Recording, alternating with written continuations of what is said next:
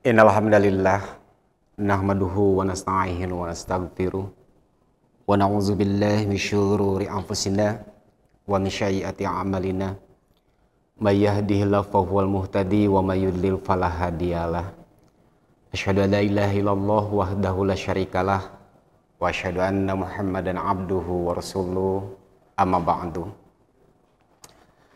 Para pemirsa kajian online yang saya hormati, pada kesempatan ini saya mendapatkan tugas dari tim Kajol untuk memberikan sedikit pemahaman dan pengertian yang berhubungan dengan silaturahmi.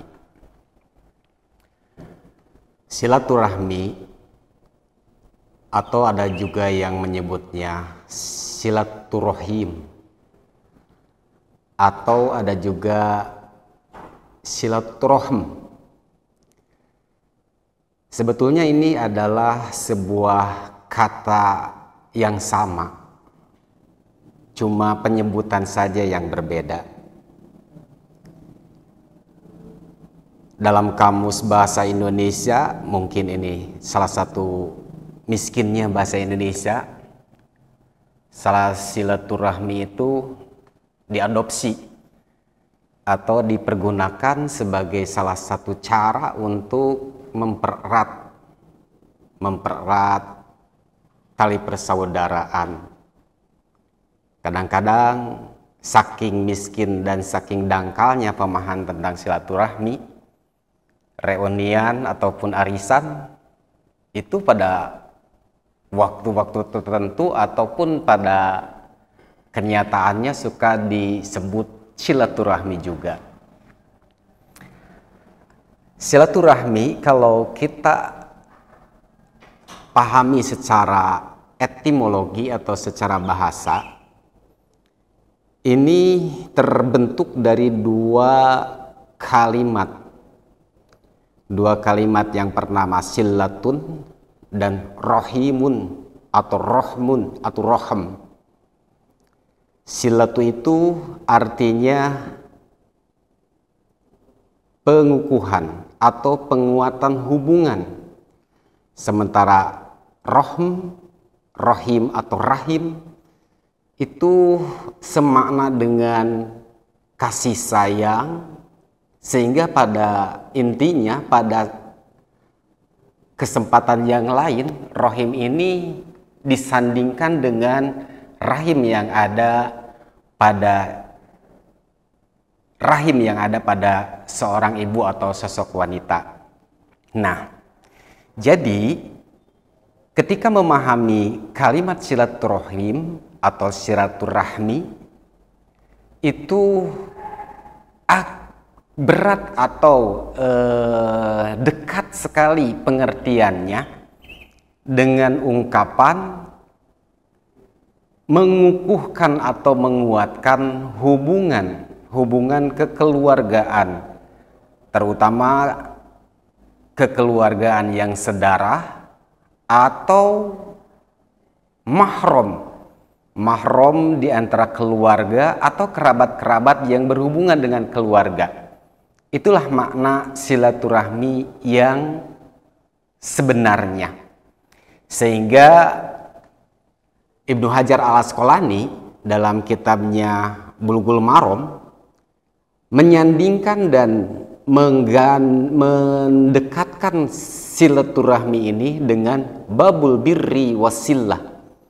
Bir itu artinya berbuat baik, berbakti kepada ibu dan bapak. Sementara silaturahmi yang lain itu maksudnya adalah kepada saudara-saudara yang ada kaitannya dengan saudara sedarah ataupun kerabat-kerabat yang ada kaitannya dengan saudara sedarah tersebut.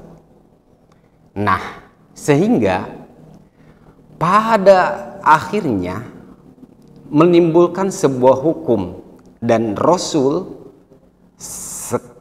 mewanti-wanti supaya hubungan keluarga ini, hubungan kekeluargaan dan kekerabatan yang ada ikatannya dengan hubungan darah itu mesti dikuatkan, mesti sillah mesti kuat, sehingga Rasul mengancam dengan ungkapan la yadkhulul jannata qati'un, yakni qati'ur rahim, tidak akan masuk surga seseorang atau siapapun yang dengan sengaja dan sadar keadaannya ataupun tidak sadar sama sekali, dia secara membabi buta atau secara tidak langsung memutus hubungan kekeluargaan. Jadi intinya silaturahmi ini adalah bagaimana bakti kita, bagaimana hubungan kita dengan keluarga, dengan orang tua, dengan kerabat yang sedarah, dengan ibu dan bapak serta saudara-saudara kita yang senasab ataupun yang tergolong mahram, haram untuk ditikah. Nah, para pemirsa sekalian, lalu hubungannya sekarang dengan orang lain, apakah bisa dikatakan sebagai silaturahim atau silaturahmi? Mungkin kalau secara bahasa atau secara pemahaman kekeluargaan, dengan orang lain itu tidak bisa disebut silaturahim. Mungkin intinya bisa disebut sebagai ziarah atau hubungan atau muamalah dan keterikatan serta hubungan baik dengan manusia. Tapi apapun bentuknya, jika itu hubungan-hubungan dengan orang lain tersebut di dalamnya berintikan kebaikan-kebaikan dan mencegah orang lain untuk berbuat jahat, pada intinya, pada dasarnya kita pun sedang melakukan silaturahmi. Isolu ma'amkana minal khair wa daf'u ma'amkana minasyarr. Kita menjadi wasilah, menjadi duta, menjadi penyampai orang lain untuk berbuat baik kepada kita, atau kita sendiri menjadi duta kebaikan terhadap orang lain serta mampu mencegah orang lain berbuat jahat, itu pun termasuk kategori silaturahmi secara bahasa. Nah, karena itu Rasulullah SAW bagi siapapun yang melakukan yang jadi wasilah dan menjadi pencegah untuk sesuatu yang mungkar dan jelek, maka hakikatnya dia telah menjalin silaturahmi. Karena diri kita tidak sampai tega kalau orang lain berbuat jahat terhadap orang lain atau orang lain berbuat jahat terhadap diri kita. Dan kita pun sama sebagai manusia harus senantiasa menjadi duta kebaikan terhadap orang lain. Karena itu Rasulullah SAW mengungkapkan bagi mereka pahala yang baik dan pahala yang sangat besar sekali bagi siapa yang mampu menjadi duta kebaikan tersebut dan menjadi pencegah terhadap kemungkaran tersebut. Man ahabba an yubsatallahu fi rizkihi wa an yunsha'alahu fi ash'arihi falyasil rahimahu. Barang siapa yang ingin, yang suka dan mau dilapangkan dalam segi rezekinya dan dipanjangkan dalam umurnya, maka lakukanlah silaturahmi. Isolu ma'amkana minal khair wa daf'u ma'amkana minasyarr. Maknanya, urusan rezeki memang sudah Allah Subhanahu wa Ta'ala tentukan. Begitu juga urusan usia telah Allah Subhanahu wa Ta'ala ukurkan untuk setiap manusia. Tapi maknanya, ketika kita melakukan sebuah silaturahmi, maka kebaikan kita akan selalu dikenang, Kebaikan kita akan selalu diingat-ingat oleh orang-orang yang pernah kita berbuat baik kepadanya. Atau mungkin seseorang yang sudah kita tolong, agar orang tersebut jangan sampai jatuh kepada lubang atau terjerumus kepada sebuah maksiat atau kejahatan, tapi kita mampu mencegah dia untuk melakukannya. Itu adalah bentuk silaturahim.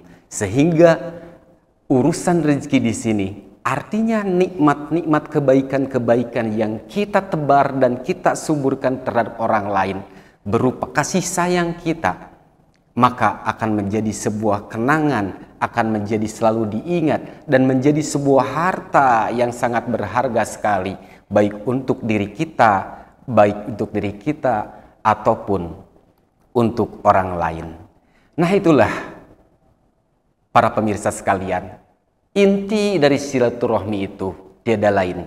Marilah kita wujudkan bakti kita yang lebih baik terhadap ibu dan bapak kita, terhadap kerabat-kerabat yang ada hubungan persaudaraan tali kekeluargaan dengan saudara kita dan hubungan sedarah dengan kita, dan terhadap orang lain. Marilah kita menjadi duta untuk kebaikan dan menjadi sebagai solusi agar mereka dan orang-orang tidak terlalu berbuat jahat dan maksiat sehingga bisa merugikan untuk dirinya dan merugikan untuk orang lain. Aqulu qawli hadza wa astaghfirullah li wa lakum walhamdulillahirabbil alamin. Wassalamualaikum warahmatullahi wabarakatuh.